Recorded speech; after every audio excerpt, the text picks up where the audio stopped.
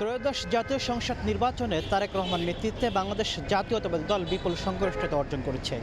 তবে সাতক্ষীরাতে বিএনপি সে অর্থে খুব একটা এই চারটি আসনে খুব একটা সুবিধা করতে পারেনি। এই চারটি আসনে জামাত ইসলামী তারা প্রতিটি আসনেই তারা জয়লাভ করেছে।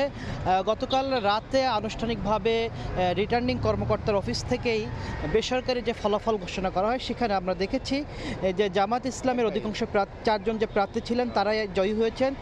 জানিয়ে রাখি যে সাতক্ষীরা এক আসন তালা কলোনিতে গঠিত এই আসনে অধ্যক্ষ ইজ্জতুল্লাহ জামাতের প্রার্থী তিনি জয়ী হয়েছেন। সেখানে বিএনপি প্রার্থী ছিলেন জনাব হাবিবুল ইসলাম হাবিব। একইভাবে সদর ২ আসনে সেখানে জামাতের প্রার্থী ছিলেন মুহাদ্দিস আব্দুল খালেক। তার প্রতিদ্বন্দ্বী প্রার্থী ছিলেন বিএনপির আব্দুর রৌফ ধানের শীষের প্রার্থী। একইভাবে সাতক্ষীরা ৩ আসনে জামাতের প্রার্থী মুহাদ্দিস রবিউল বাসার ছিলেন, তিনি সেখানে জয়ী হয়েছেন।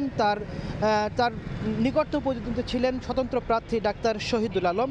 সিলভার টিপ কন্ট্যাক্টে তৈরি নিরাপদ ও নান্দনিক ক্লিক সুইচ নির্ভরতা জীবন জুড়ে। একইভাবে সাতক্ষীরা ৪ আসনে জয়ী হয়েছেন জিএম নজরুল ইসলাম জামাতের প্রার্থী। তার প্রতিদ্বন্দ্বী প্রার্থী ছিলেন বিএনপির মনিরুজ্জামান। অর্থাৎ 4টি আসনেই জামাত কিন্তু এখানে জয়লাভ করেছে। আমরা দেখেছি যে জয়ের পরপর রাতে মোটামুটি তারা নিশ্চিত হওয়ার পর অনেকে আনন্দ মিছিল বা স্লোগান দিয়েছিল।